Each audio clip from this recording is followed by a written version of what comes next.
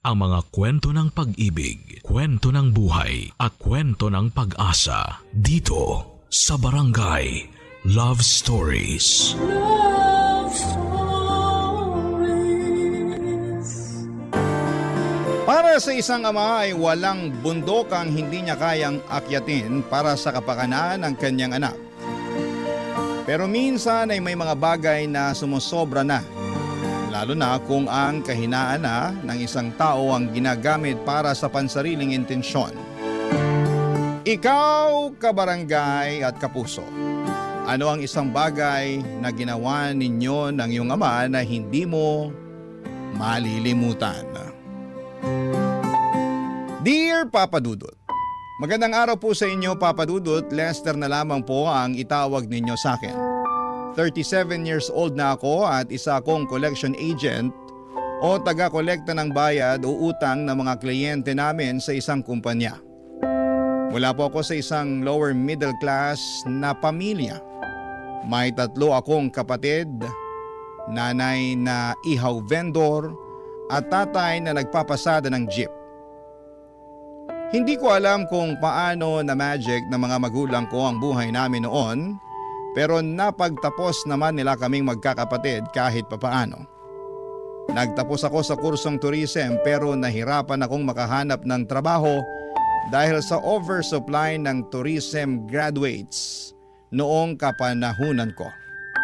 Ilang taon din akong nabakante pagkatapos kong graduate hanggang sa naisipan kong maghanap na lamang ng ibang trabaho.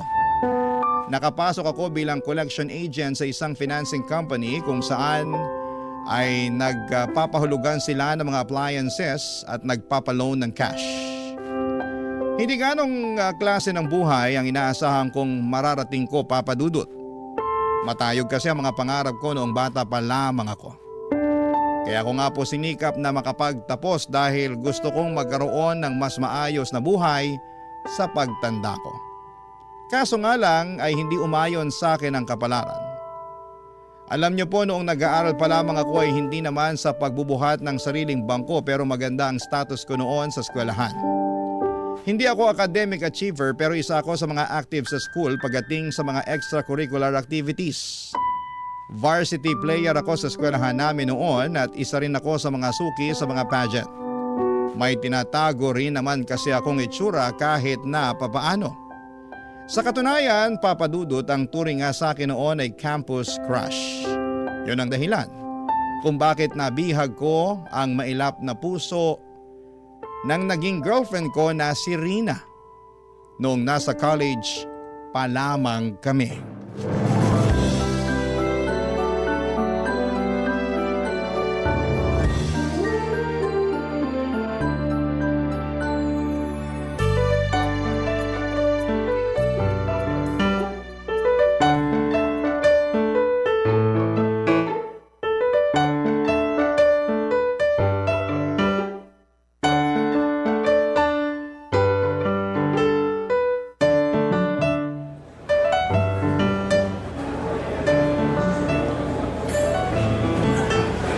Lester, nandito ka lang pala. Kanina pa kita hinahanap. Nag-message ako sa'yo, sabi ko nasa cafeteria ako. Kakatapos lang ng klase ko eh. Nag-reply ka ba? Hindi ko nabasa lobat ako. Kararating mo lang dito sa school? Oo, hindi ako nakapasok sa first class ko. Nahuli ako ng gising Pinag-overtime ba naman ako sa trabaho kagabi? Kaya madaling araw na ako nakauwi. Bakit ka nag-OT? Sinesante kasi yung isa kong katrabaho. Understaffed tuloy kami. Ewan ko ba sa boss namin? Naturingang sikat na fast food yung minamanage, pero nagtitipid naman sa empleyado. Nag-breakfast ka na ba? Kumain ka muna. Hindi pa nga pero wag na. Haba ng pila Magsisimula na rin maya-maya yung klase ko. Heto, kainin mo na lang tong extra rice ko. Hati na lang tayo dito sa ulam. Ayan, mas mabuti pa. Kanina pa kumakalam yung sikmura ko Nga pala, nadala mo ba yung hiniram ko sa'yo? Oo. Heto, 2,000. Salamat! Promise, ibabalik ko rin to next week kapag may sahod na ako. Saan mo ba gagamitin yan? Pambayad ko ng renta sa boarding house. Ilang araw na akong kinukulit ng landlady namin Nakakairita. Hirap talaga sa buhay kapag walang-wala ka, no? Di bale, bayaran mo na lang yan kapag may extra ka na. Gamitin mo na lang muna yung sahod mo next week sa mga kailangan mo pambayaran. Salamat ah. Buti na lang, malawak yung pangunawa mo. Hindi katulad ng iba dyan, hindi marunong umintindi. Yung prof ko, yung boss ko, pati yung landlady. Ay, nakakainis. Kapag ako talaga yumaman, nako, dead ma ako sa kanilang lahat. Kaya nga tayo nag-aaral ng mabuti para yumaman eh. Ay hindi. Ako mag-aasawa na lang ng afam para makaahon agad sa hirap. Kahit matandang mayaman pa yan, papatulan ko makalis lang ako sa impyernong buhay na to. Uy, teka. Sinasabi mo ba na hindi ako yung aasawahin mo? Bakit? Mayaman ka ba? Sabi ko naman sa'yo, gusto ko makapangasawa ng mayaman, di ba? Yung may sariling kotse, may swimming pool sa bakuran, de-air ko ng buong bahay. Kung ganun ka na, sige, aasawahin kita. Hayaan mo, magpapayaman ako para sa'yo. Yan! Ganyan dapat. Mag-effort ka para naman may rason kung bakit kita sinagot. Eh bakit mo nga pala ako sinagot? Hindi naman ako mayaman. Pogi ka eh. Okay na yun. At least may shota akong pogi. Ay, kakainin mo pa ba yung rice mo? Ako nauubos. Sige, sa'yo na to. Salamat! Akin na rin tong soft drinks mo ah. Aga-aga nagsusoft drinks ka. Sige lang, pakabusog ka. Alam kong pagod ka sa trabaho. Alam mo, nakaka-proud ka nga eh kasi nakakaya mong balansehin yung pag-aaral tsaka pagiging working student mo. Anong nakaka-proud dun? Yung lagi akong pagod? Kulang-kulang ang tulog? Laging napapagalitan ng prof kasi late?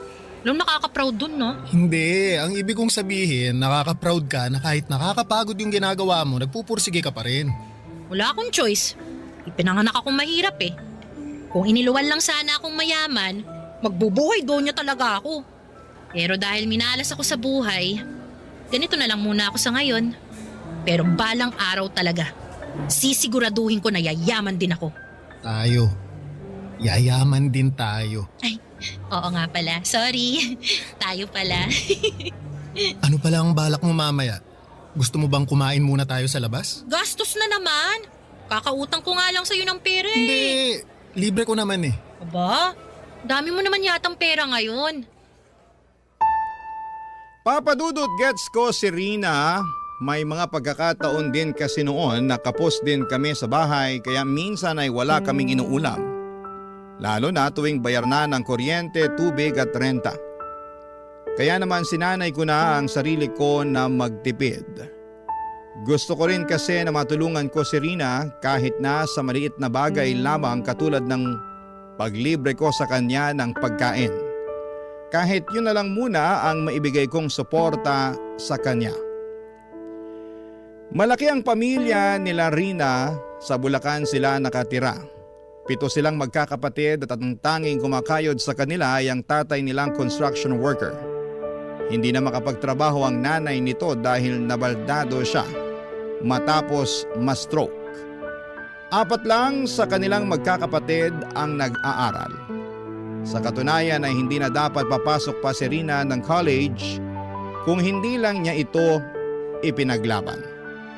Kaya siya nagwo-working student para matustusan niya ang sarili niya dahil siya na lamang ang nagpapaaral sa sarili niya noong time na yon. Mas matanda sa akin ang 2 taon si Rina, Papadudot. Ilang beses siyang natigil sa pag-aaral kaya pareho pa lamang kaming first year college nung nagkakilala kami. Naging magkaklase kami sa isang minor subject. Naalala ko pa unang araw noon ng klase noong nagkaroon agad kami ng surprise quiz. Late siyang dumating at walang dalang ballpen, walang dalang papel. Ako ang nag-provide noon sa kanya, Papadudot, dahil naaawa ako. Hanggang sa araw-araw na siyang tumatabi sa akin dahil ako na ang tagabigay sa kanya ng papel. Naging magkaibigan kami at kalaunan ay nagkaroon ng magandang ugnayan. Niligawan ko siya at bago natapos ang first semester ay naging kami, Papadudot. Tumagal ang relasyon namin hanggang 3rd year college. Pero bago pa man magsimula ang bagong school year, ay nagkaroon kami ng matinding problemang dalawa, Papadudot.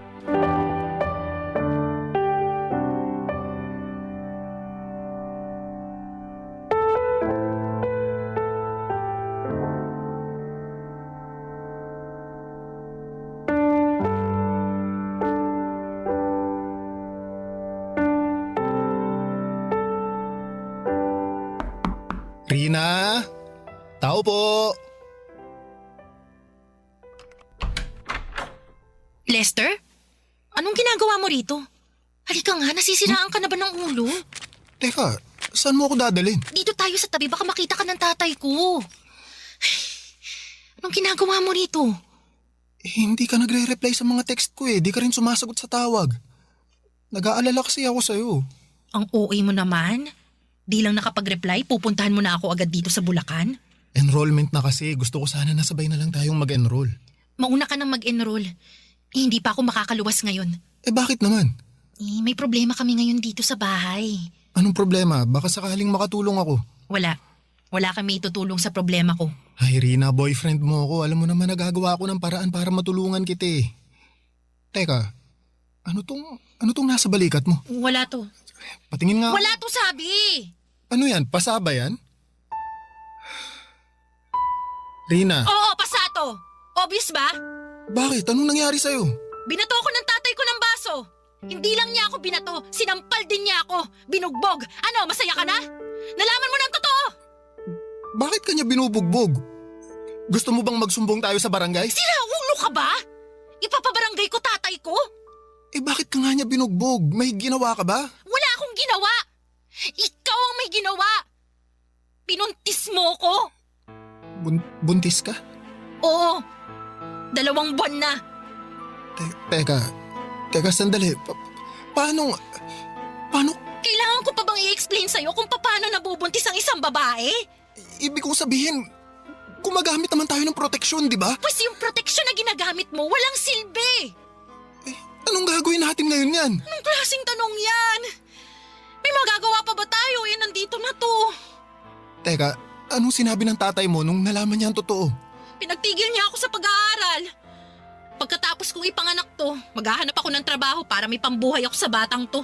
Hindi mo natatapusin pag-aaral mo? Lester, ipinaglaban ko na tong pag-aaral ko sa tatay ko tapos ngayon, buntis ako.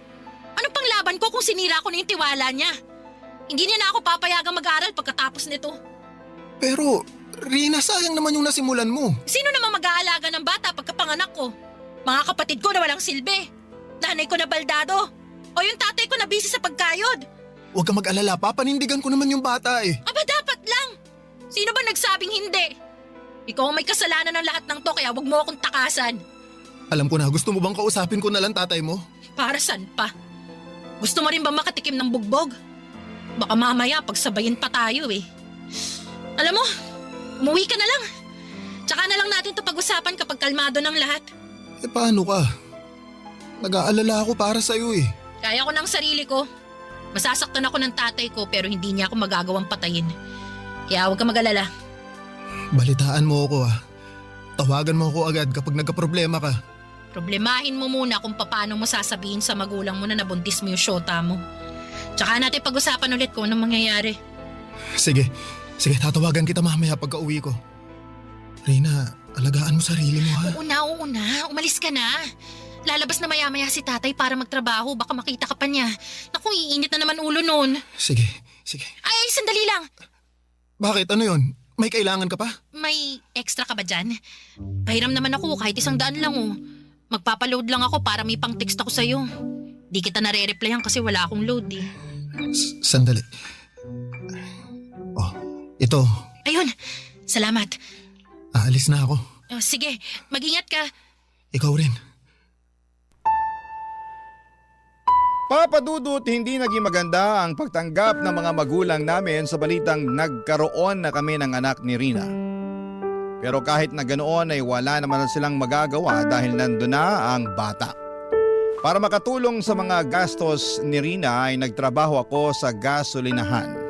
Pinagsabay ko ang pag-aaral at trabaho para matustusan ko ang pangangailangan ng baby namin. Nakakahiya rin namang humingi ng pera sa mga magulang ko dahil sila na ang gumagastos sa pag-aaral ko kaya minabuti kong ako na lamang ang mag-provide para sa sarili kong pamilya. Habang lumalaki ang tiyan ni Rina ay lumalaki din ang gastos na kailangan nito. Mula sa mga maternity dress, vitamins, pati ang buwan ng check-up ni Rina, ako ang nagbibigay. Hindi ko alam pero napakaraming demands ni Rina ng mga panahong yon. Pero wala akong karapatang magreklamo dahil pareho naming pinasok ang problemang yon. Papa Dudut, mabilis na dumaan ang 7 pang buwan at matagumpay na naipanganak ni Rina ang baby namin. Isa itong batang babae na pinangalanan naming Sofia. Noong nahagkan ko na ang anak ko, Papa Dudut, ay para bang nawalang lahat ng pagod at problemang pinapasan ko. Para akong nabuhusan ng kaligayahan noong nakita ko kung gaano kaliit at ka-cute ang anak namin. Noong araw na yon ay sunod-sunod na pangarap ang nabuo sa isipan ko para sa pamilya ko. Pero Papa Dudut, hindi pala ganon kadali ang mangarap. Lalo na kapag hindi nakaayon sa iyo ang kapalaran. Dahil sa mga sumunod na taon, sa halip na ginhawa ay puro problema ang mga naranasan naming dalawa ni Rina. Barangay Love Stories. Barangay Love Stories. Noong natapos ko ang pag-aaral ko, pansamantala kaming tumira sa Bulacan ni Rina. Yon kasi ang gusto ng tatay nito dahil baldado na ang nanay niya ay yun na lamang ang tanging paraan para makapiling nito ang apo niya. Maliit lang ang bahay nila Rina, Papa Dudut. Sa maliit na bahay na yon ay doon sila nagsisisikang magkakapatid. Mabuti na lamang at may isang kwarto doon na pwede naming gamitin ni Rina para kahit papaano ay may privacy kaming dalawa. Aaminin ko na hindi naging maganda ang naging buhay namin sa Bulacan, Papa Dudut. Bukod sa nahirapan akong makahanap ng trabaho sa lugar nila, ay palagi pa kaming nasisermonan ng tatay ni Rina. Palagi niyang ipinamumukha sa amin ang pagkakamaling nagawa namin at yun nga po ang pagkakaroon namin ng anak sa murang edad. Bawat galaw namin doon ay may halong panunumbat. Kapag pumalag kami ay pareho niya kaming sinasaktan at wala kaming magawa noon dahil nakatira kami sa pamamahay nila. Kahit papaano ay hindi rin naman po ganoon kasama ang tatay ni Rina. Paminsan-minsan kapag maganda ang mood nito, katulad na lamang tuwing sahuran ay binibilhan niya ang anak namin ng diaper o di kaya ay gatas. Pero kapag tagipit ay sa amin talaga siya nagpapalipas ng sama ng loob. Habang wala pang nahahanap na maayos na mapagkakakitaan ay sumasama ako noon sa trabaho ng tatay ni Rina para umextra sa construction, samantalang si Rina naman ay nagbabahay-bahay para magtinda ng ukay. Doon kami kumukuha ng panggastos namin para kay baby. Kasabay ng paglaki ng anak namin ay mas lalo pa naming naramdaman ang kahirapan ng buhay, Papa Dudut.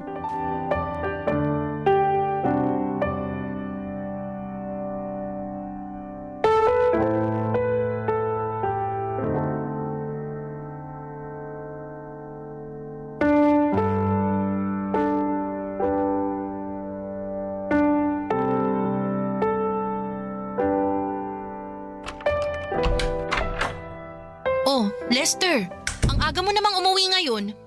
Nasaan si tatay? Nandun pa siya sa construction. Pinauwi na ako ng foreman namin, masama pakiramdam ko eh. Bakit? May sakit ka? Oo, medyo may sinat ako. Muntik na akong mahulog kanina mula sa pangalawang palapag nung nahilo ko. May sakit na nga ang anak natin. Pati ba naman ikaw magkakasakit din? Sayang naman yung kikitain mo sa construction ngayong araw. Basta ipapahinga ko lang to tapos babalik din ako agad sa site bukas. May makakain ba dyan? Wala na. Hindi naman namin alam na dito ka pala kakain eh. Bumili ka na lang ng tinapay sa labas. O sige, mamaya na lang ako kakain. I-idlip na lang muna ako rito. Nasaan pala si Sofia? Nagpapahinga na. Medyo nilalagnat pa rin. Pinainom mo ba siya ng gamot? Alam nga namang hindi. Anong tingin mo sa akin? Grabe, ang sungit naman. Nagtatanong lang eh. Wala kasing kwenta yung tanong mo. Bakit sobrang init naman yata ng ulo mo ngayon? Sino bang hindi iinit ang ulo? Tingnan mo nga tong bahay. Sobrang gulo. Ang liit-liit na nga lang, ang dami pang kalat. Tapos ngayon nandito ka kasi masama pakiramdam mo. Eh di mas lalo na namang nasira yung mood ko. Sayang yung isang araw sanang sasahurin mo. Babawi naman ako bukas eh. Mas gusto mo ba yung sige pa rin ako sa trabaho kahit na hindi maganda yung pakiramdam ko? Paano kapag nadisgrasya ako doon? Eh di mas malala yung problema natin kapag nagkataon. Tinatanong mo kung anong gusto ko?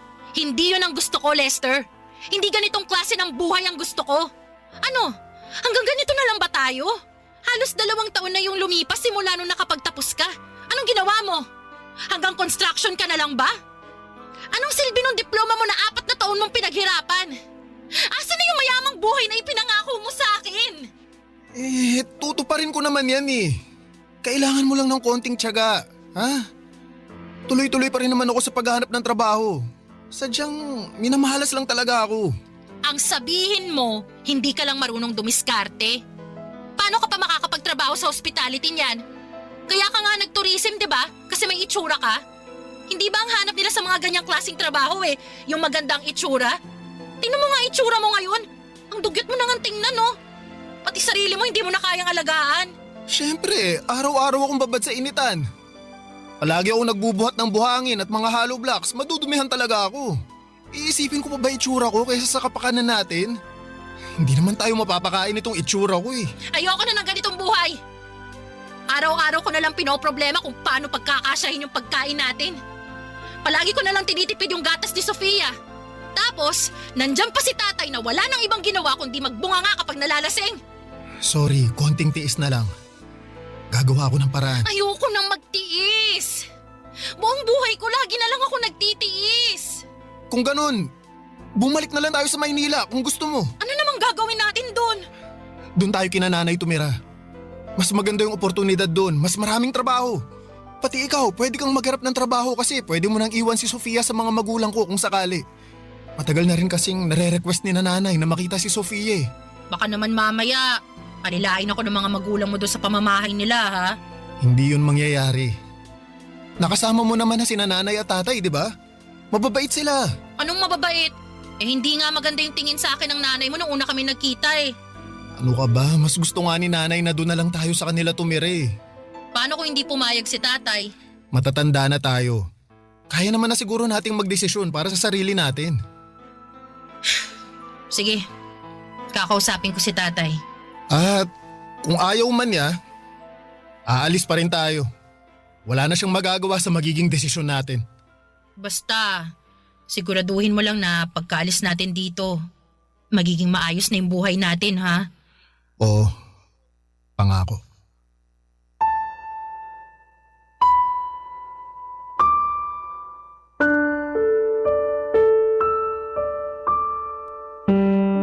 Katulad ng inaasahan ay hindi pumayag ang tatay ni Rina na umalis kami sa poder niya.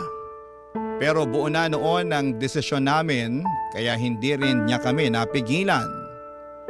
Papadudot pagkabalik namin sa Maynila ay masaya kaming tinanggap ng mga magulang ko ang mga pamilya kong binuo. Sa katunayan ay inispoil nga nila ang anak namin sa mga pagkain, mga damit at laruan. Kumpara sa estado nila Rina sa Bulacan ay mas maayos ng kaunti ang naging estado namin sa Maynila. Nakahinga rin si Rina dahil sa wakas ay mas maluwag na ng kaunti ang bahay na tinutuluyan niya. Hindi niya kailangang mamroblema sa pagkain dahil sinananay na ang nagpo-provide noon para sa amin. Malaki ang naging tulong ng mga magulang ko para makapagsimula ulit kami ni Rina. Nagkaroon siya ng chance na ipagpatuloy ang pag-aaral niya. Kumuha siya ng kursong cookery sa TESDA samantalang ako naman dahil hirap pa ring makahanap ng trabaho at that time ay napilitan akong mag-apply bilang collection agent sa isang lending company para lamang makapagtrabaho. Noong natapos ni Rina ang kurso niya sa TESDA ay nakapasok siya bilang pastry cook sa isang maliit na restaurant sa amin. 3 taon din kaming nagstay sa bahay ng mga magulang ko. Noong nagkaroon kami ng sapat na ipon ay saka kami bumukod. Naging maganda naman ang buhay namin ni Rina simula noong nag-live-in kami papadudot. Sa loob ng 2 taon ay nakayanan naman naming tumayo mula sa mga sarili naming paa. Noong mga panahong yon ay ipinagbubuntis ni Rina ang pangalawa naming anak. Maselan po ang naging pagbubuntis niya Kaya naman nang lumaki na ang bata sa sinapupunan niya ay nag-resign na lamang muna siya sa trabaho, Papa Dudut. Masasabi ko na noong time na yon ay maayos na ang buhay namin, hindi man mayaman katulad ng inaasahan, ay napupunan naman namin ang mga pang-araw-araw na pangangailangan namin. Hanggang sa isang araw ay panibagong problema na naman ang dumating sa pamilya namin.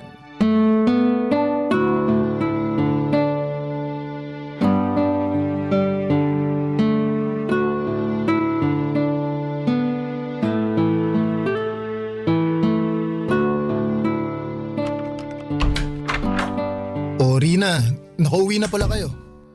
Kumusta yung check-up ni Sofia sa ospital? May sakit si Sofia. Ha? Anong sakit niya? Meron daw siyang sakit sa puso. Ano yun? May problema siya sa puso? May butas daw sa puso niya. Hindi ko alam kung saang parte yung tinutukoy ng doktor eh. Hindi ko na napakinggan yung ibang sinabi niya. Umiikot na yung mundo ko kanina nung nalaman kong may problema ang puso ng anak ko. Basta, ang sabi, naghahalo daw yung oxygen tsaka kung ano man. Basta ganun. Anong ganun? Hindi mo man lang ba klinaro sa doktor kung anong sakit ng anak natin? Paano ko ikaklaro eh, umiiyak na nga ako. Katatapos ko lang mga anak, Lester. Hindi ko na alam kung anong pinaggagawa ko doon. Kung bakit kasi ako pa yung inutusan mong magpa-check up eh. Mas inuna mo pa yung trabaho mo kaysa sa anak mo. Sabihin mo sa akin kung sinong doktor ang tumingin sa kanya. Babalik ako doon bukas. Basta may butas yung puso ng anak natin, yun ang klaro. Kaya pala lagi siyang hinihingal at madaling mapagod kapag naglalaro. Pero bakit ngayon lang nila nalamang may butas pala yung puso ni Sofia? Bakit hindi nila na-detect yun nung baby pa lang siya? Ewan ko. Hindi naman tayo madalas magpa-check up noon eh. O baka bobo lang talaga yung doktor na tumingin sa kanya dati, ewan ko. Eh ano raw gagawin? Paano natin maaayos yung sakit niya? Kailangan daw niya magpa-opera sa lalong madaling panahon. Eh di po opera natin siya bago pa lumala yung sakit niya. Naririnig mo ba yung sinasabi mo? Saan tayo kukuha ng pampa-opera? Alam mo ba kung gaano kamahal ang open heart surgery? Open heart surgery? Oo! Hindi mo alam kung ano yon? I-search mo na lang online. Sawa na akong mag-explain sa'yo. Dami mong tanong. Basta ang kailangan natin ngayon, may ipa-opera si Sofia dahil may butas sa puso niya. Ang problema, wala tayong pera. Saan tayo huhugot ng pampa-opera niyan? Susubukan kong humiram ng pera kay nanay at sa mga kapatid ko. Hindi lang sana ako tumigil sa trabaho. May ipon na dapat tayo ngayon eh. Tapos, sumabay pa tong pangalawang anak natin. Bakit ngayon pa nagsabay to kung kailang katatapos lang natin gumastos? Diyos ko, saan na tayo kukuha ng pera niyan? Rina, huwag kang mag-alala. Gagawa ako ng paraan. Huwag mag-alala. Kapag ba sinabi mo yung mga katagang yan, mawawala na lang yung pag-aalala ko. Gumawa ka ng paraan para hindi ako mag-alala.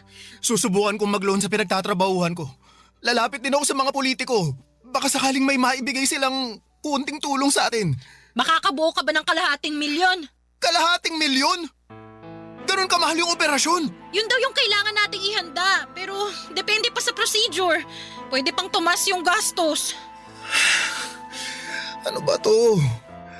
Hindi na tayo nawala ng problema. Ano? Suko ka na? Ganito ba yung buhay na ibibigay mo sa amin? Kailan ko matitikman yung yaman na ipinangako mo sa akin noon? Gagawa ako ng paraan. Magtiwala ka lang sa Ay akin. naku, lagi na lang ganyan. Lahat naman ginagawa ko para sa atin eh. Hindi naman ako nagkukulang. Hindi ka nga nagkulang.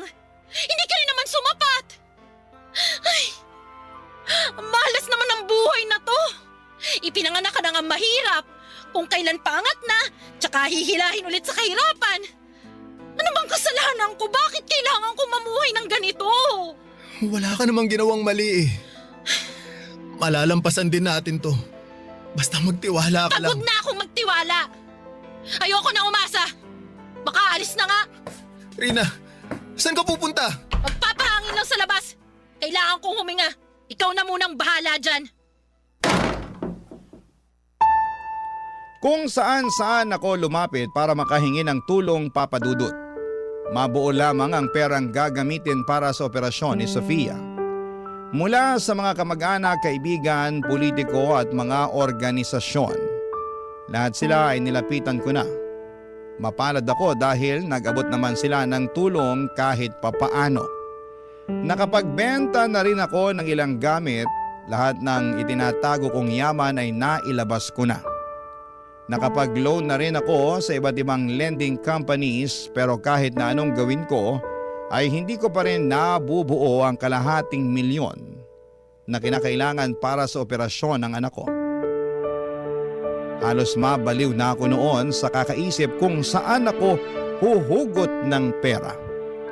Hindi ako makatulog sa gabi at hindi rin ako makapag-focus sa trabaho dahil sa mga pinagdadaanan naming problema. Araw-araw akong pinipressure ni Rina sa puntong wala na akong maisagot sa mga katanungan niya.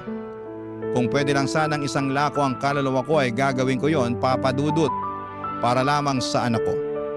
Pumasok na nga rin sa isipan ko noon ang mang-hold up ng bangko. Pero naisip ko na kapag ginawa ko yon ay baka mas lalo lamang akong karmahin sa gagawin ko. Ayoko rin naman na manggagaling sa nakaw ang pagpapagamot ko sa anak ko.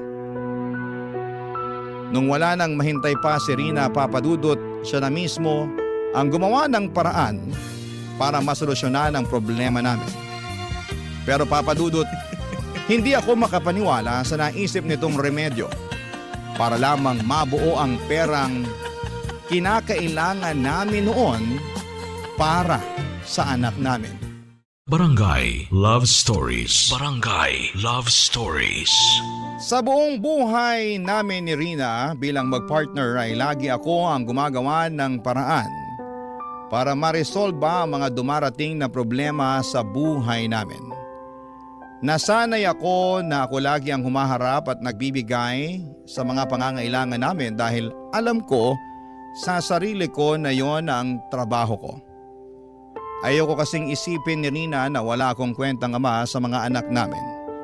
Pinangakuan ko siya ng magandang buhay kaya kahit na anong mangyari ay gagawin ko ang lahat para maibigay ang pangakong yon. Pero sa pagkakataong yon ay medyo sumobra na si Rina sa ginawa niya. Isang araw pagka-uwi ko galing sa trabaho ay nagulat ako nang pakitaan ako ni Rina ng 100,000 piso. Noong tanungin ko siya kung saan niya ito nakuha ay wala siyang binanggit tungkol sa pinanggalingan nito. Basta ang sinabi niya ay down payment lamang daw yon nang hiniram niyang pera mula sa isang tao. Nang oras ding yon ay inutusan niya akong magbihis. Ang sabi niya ay kailangan ko raw magsuot ng magandang damit dahil may nahanap siyang racket para sa akin. Wala siyang binanggit kung ano ito basta ang sabi niya ay kailangan ko raw puntahan ang isang address para makuha ko ng buo ang perang hiniram niya. Nakaramdam ako ng pag-asa noong sa wakas ay nalaman kong mabubuo na namin ang pampaopera para sa anak namin. Kaya kahit walang kasiguraduhan kung saan ako pupunta ay agad akong nagbihis at nagpunta sa address na tinutukoy ni Rina. Sa isang sikat na condominium building ako dinala ng address na ibinigay ni Rina. Noong nagpakilala ako sa lobby ng naturang lugar ay agad nila akong pinapasok sa kwarto ng isang boy. Kabado man sa racket na nahanap ni Rina ay matapang kong hinarap ang taong tinutukoy niya, Papa Dudut.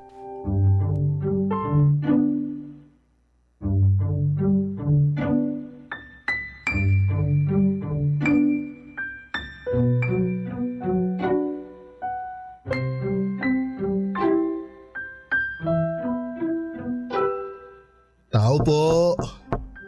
Sandali lang. Yes? Magandang gabi po. Ikaw po ba si Boy? Ako nga. Ikaw si Lester, yung pinadala ni Rina? Ako nga po. May trabaho raw po kayo para sa akin? In fairness, guwapo ka nga katulad ng sinabi niya. Po? Wala. Halika, pumasok ka na. Sige po. Salamat po. Kumain ka na ba? Gusto mo bang kumain na muna? Hindi pa po pero salamat na lang po, hindi pa po ako gutom.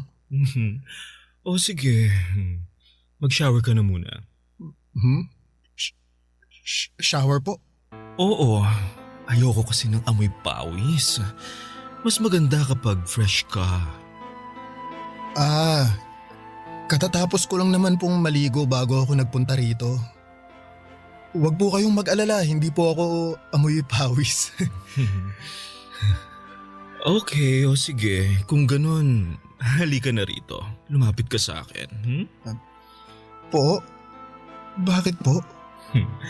Sabi ng asawa mo, maganda raw yung pangangatawan mo eh. Gusto ko lang i-check. Teka, sandali lang po. Oh, bakit? Bakit niyo po inaalis tong t-shirt ko? Sandali nga lang. Ikaw ba talaga si Lester? Oo, ako nga po. Eh bakit parang wala kang malay sa ginagawa mo? Alam mo ba talaga kung anong dahilan kung bakit ka nandito? Hindi niya po nilinaw eh. Basta ang sabi may trabaho raw kayong ibibigay sa akin. Oo. At ito na nga yun. Ano po yung kinalaman ng katawan ko sa trabaho na ipapagawa ninyo? Ay my gosh! Ang slow mo naman, iho! Magtanggal ka na lang ng suot mo at humiga sa kama. Yun lang ang gagawin mo, ako nang bahala sa'yo. Kalango, baka hindi lang po tayo nagkakaunawaan.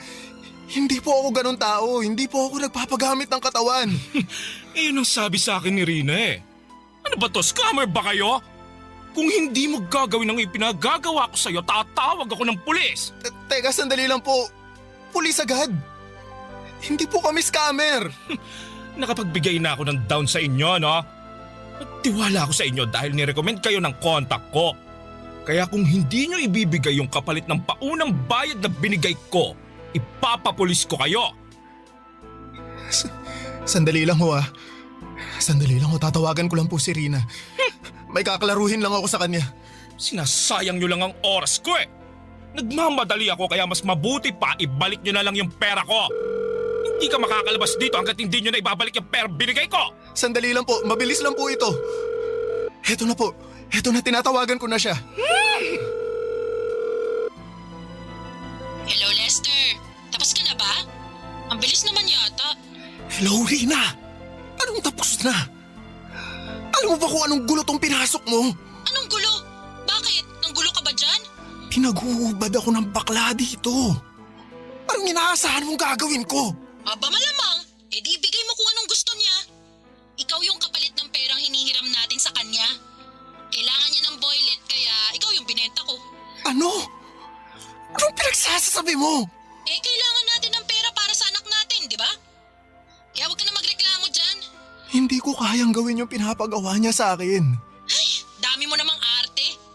Gawin mo na lang kung ano yung gusto niya. Isipin mo ang anak natin. Hahayaan mo ba siyang mabuhay ng may butas yung puso? Pero… Wala nang pero.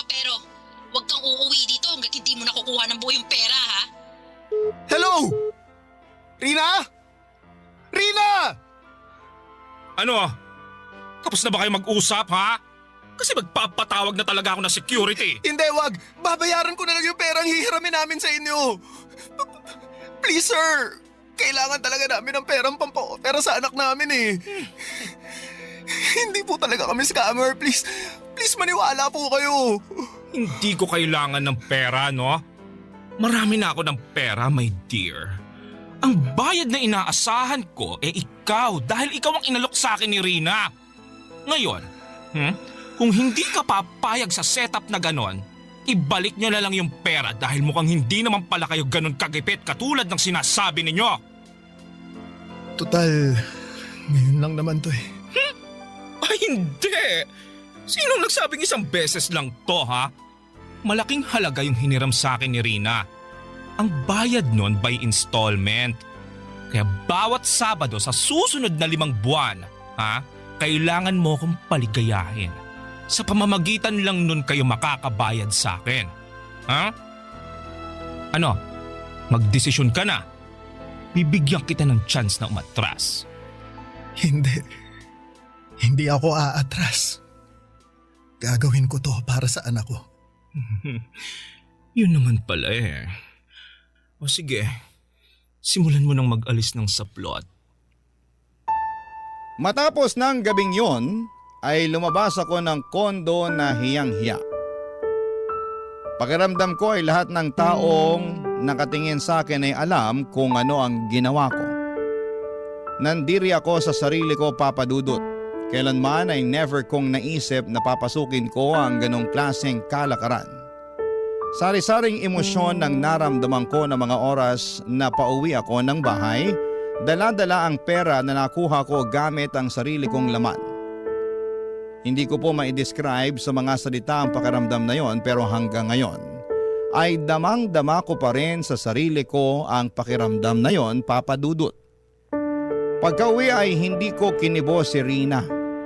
Nagtampo ako sa kanya dahil iniharap niya ako sa isang bagay nang hindi man lamang ako tinatanong kung papayag ako sa gusto niyang mangyari. Nainis ako dahil may punto rin naman siya.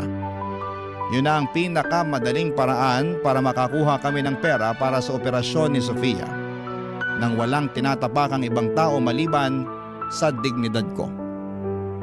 Papa Dudut, agad naming pinaoperahan ang anak namin gamit ang perang ibinigay ni Boy. Sa awa ng Diyos ay naging matagumpay naman ang naging surgery nito. Halos 2 linggo ring nanatili si Rina at Sofia sa ospital habang nagpapagaling ito. Kasabay nito ay nagpatuloy ako sa pagbabayad ng utang namin kay Boy. Naisip ko noon na pwede naman namin siyang takasan at magtago na lamang sa ibang lugar, pero may pinirmahang kaming kontrata sa kanya na maaari na ipakulong niya kami kung sakali mang pagtaguan namin si Boy. Isa pa ay ayoko ring madamay ang anak namin sa gulo, kaya naman minabuti kong resolbahin ang mga ito ng patas. Sa mga sumunod pang buwan, tiniis ko ang bawat gabing kasama ko si Boy. Hindi naglaon ay namanhid na lamang din ako sa ginagawa ko hanggang sa unti-unti ay nabayaran ko rin ang pagkakautang namin sa kanya, Papa Dudut.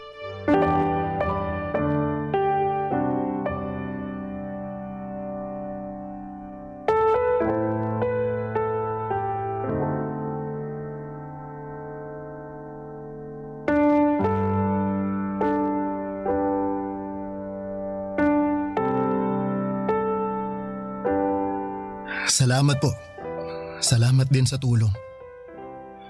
Hindi man ganitong klase ng tulong yung inaasahan ko, salamat pa rin dahil kung hindi dahil sa inyo, hindi namin mapapa-operahan yung anak ko.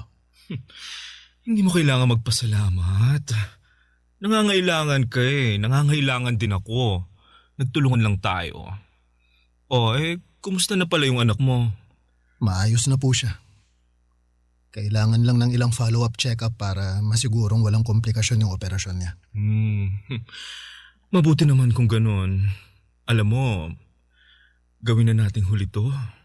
Po, ano pong ibig niyong sabihin? Huwag ka nang bumalik next week. Okay na yun. Bayad na kayo ni Rina. Talaga po? Salamat, sir. Pero sigurado po ba kayo na wala na kayong hahabulin pagkatapos nito? Baka mamaya.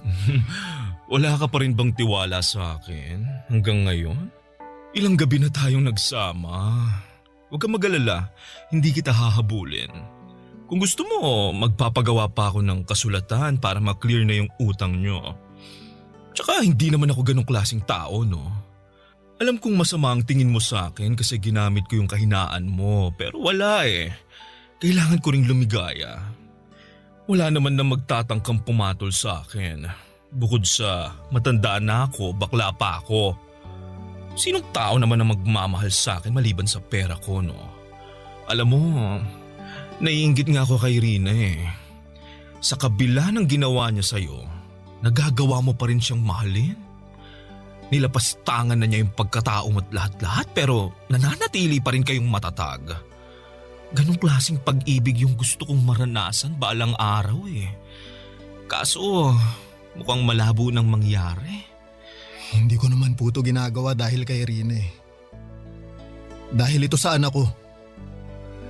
Kahit gawin ko ulit tong bagay na to, matulungan ko lang yung anak ko. Gagawin ko. Uliran ka palang ama eh. Mabait kang tao, Lester. Sobrang bait mo to the point na okay lang sa'yo kahit ginagamit ka na ng ibang tao. Sayang lang kasi napunta ka sa katulad ni Rina. Deserve mong mahalin din katulad ng pagmamahal na ginagawa mo sa mga taong nakapaligid sa'yo. Hindi naman sa sinisiraan ko si Rina ha, pero base lang sa nakikita ko, parang wala naman siyang pakialam sa'yo eh. Mahal po ako ni Rina. Nagawa lang din naman niya yun dahil sa anak namin eh. Hindi. Hindi ako naniniwala doon no. Alam mo ba, gabi-gabi, pagkatapos mong magpunta dito sa kondo ko, tinatawagan ako ni Rina. Talaga po? Bakit daw? Wala lang. Kinukumusta lang niya kung naging maayos ba yung performance mo. Kung may nagawa ka bang ikagagalit ko. Sabi ko sa kanya, wala. Sobrang galing mo nga eh. Actually, mamimiss kita pero may pamilya ka na eh. Kaya hindi kita pwedeng itali. Tsaka mas gusto ko sa single para walang sabit. Pero anyway, hindi naman yun yung point ko. Kaya siya tumatawag kasi gusto niyang humiram ulit ng pera. Ha? Pera? Para saan naman? I don't know. May kailangan pa ba kayong bayaran sa ospital? Wala na po. Kaya ko nang bayaran yung mga gamot ng anak namin. Sinisimulan ko nang bayaran yung ibang mga utang ko eh. Well, yun ang sabi niya sa akin. Gusto niyang humiram ulit ng pera at syempre, ikaw ulit ang pambayad. Kaso hinindihan ko na siya eh. Bukod sa naawa na ako sa'yo, may nahanap na akong kapalit mo kaya pinapalaya na kita. Maraming salamat po, sir. You're welcome. Advice ko lang sa'yo ha, mag-isip-isip ka. Katulad ng sinabi ko, deserve mong magkaroon ng babaeng mamahalin at irerespeto ka. Hindi katulad ni Rina na ang tingin sa'yo, isang pambayad utang.